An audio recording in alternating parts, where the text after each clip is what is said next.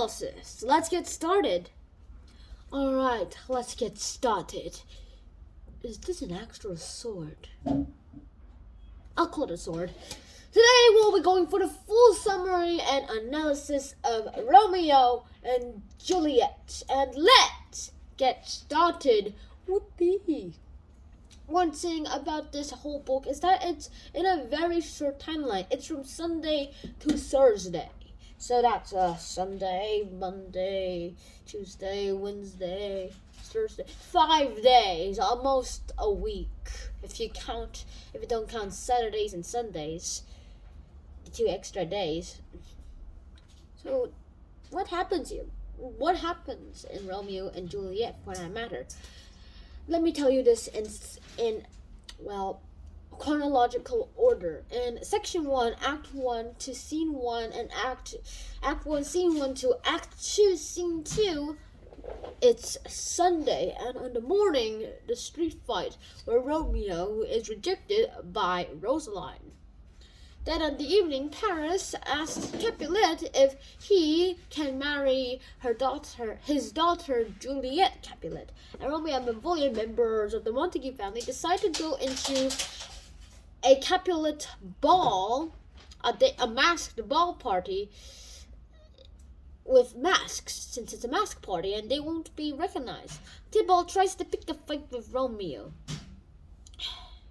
And Romeo and Juliet meet for the first time and fall in love instantly, even though they are wearing masks. Juliet discovers that Romeo is a Montague and therefore her enemy, and vice versa for Romeo. On the night, there's the balcony scene where Romeo secretly climbs into the garden of Juliet's house and they talk about their love for each other. And that happens in Act 2, Scene 2. From Section 2, Act 2, Scene 3, to Act 2, Scene 6, it's a Monday morning, and daybreak, Romeo asks Friar Lawrence to actually marry him and Juliet together. And then in the morning, Romeo hears that Tybalt wants to fight, and he sends a message to Juliet asking her to come to the friar's cell this afternoon. And at noon, Juliet hurries and to meet Romeo at Friar Lawrence's cell, and the lovers leave with the friar for a secret wedding. Now, in Section 3, Act 3, Scene 1, and Act 3, Scene 4, it's later on Monday at the afternoon. Tybalt finally finds Romeo, and he decides to pick up, and Mercutio decides to go in place for Romeo. And Tybalt kills Mercutio. And then Romeo, enraged, kills Tybalt. The prince banishes Romeo from Verona for this. Also, he didn't kill him, luckily. And he has a threat of death if he remains, or at least comes back. Then Juliet learns of Tybalt's death. She is desperate to see Romeo, and the nurse promises to find him. They spend the night together, and before that, Romeo tries to kill himself, and is convinced not to, and go to Juliet at night. And without consulting her, Capulet tells Paris that he can marry Juliet, as in the common saying, the father decides for the daughter. The daughter has no power. She doesn't even own herself. Okay, that was an over-exaggeration, or is it? I'm not even sure. This is medieval times, people. It's very hard to know if it's true or not. Then Section 4, Act 3, Scene 5 to Act 4, Scene 1. It's a Tuesday morning, and before dawn, after spending the night with Juliet, Romeo leaves for Mantua. And in the morning, Juliet refuses to actually marry Paris, which almost gets her into a choice of marriage or disinheritance. Friar gives her a potion that would mimic death and will make her appear dead for 42 hours and thus prevent the marriage. And they plot her eventual escape to Mantua. In Section 5 of Act 4, Scene 2 to Act 5, Scene 1, later on Tuesday at the evening, the wedding of Juliet and Paris is arranged, and Juliet, takes the potion. Then on Wednesday morning, the nurse discovers that Juliet is dead. And the Friar Lawrence tells the Capulets to bring her body to the corpse, her dead body to the corpse. Balthazar, Romeo's servant, reaches Mantua and tells Romeo that Juliet is dead, and then Romeo prepares to leave for Verona.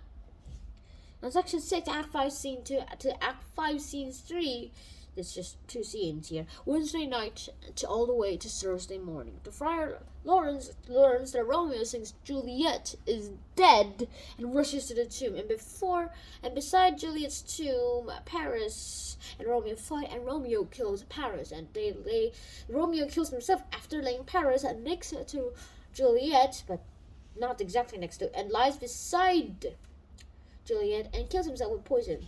Friar comes and Juliet wakes up. The friar flees, thinking of his own safety, and Juliet suicides with Romeo's dagger. As a consequence of the tragedy, the Montagues and the Capulets decide to take away their feud forever.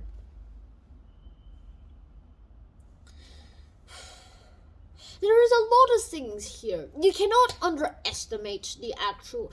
One thing that is clear here, you cannot underestimate the respect and influence of Friar Lawrence in Romeo and Juliet's life. He's the one who makes up the plan and is more of like the Artemis Fowl type criminal mastermind. And we have to consider why Mercutio is killed off by Shakespeare before even halfway in the play. He's killed before that point. And Romeo kills Tybalt in that point too. Why do you think Shakespeare did that himself? Well, in my opinion, it's probably just that Romeo's friend Mercutio is very funny and witty, I guess you could say. And if you look at his name, it's derived from the Roman god Mercury, based on Hermes, the Greek god Mercury, who is also swift and a messenger of the gods. Then a fated tragic conclusion becomes inevitable. It sort of makes sense, don't you think, that he is the one, he's like the messenger, like Mercury. He gives a message, a plague on both your houses. And back to Friar Lawrence, he is so good. I mean, but however, is he entirely good? He's probably not as innocent as we have thought, because there are a lot of things that he has done that is not exactly the kind of thing that a friar that is totally innocent would have done. One thing is that he lied to the Capulets by saying that Juliet was really dead, and also making sure that people believed that Juliet was really dead and that they needed to just take away their grievances and go on forth to their marriage, now becoming a funeral. So he's not that entirely innocent, even though he's part of the Holy Order. He does get the respect of both families.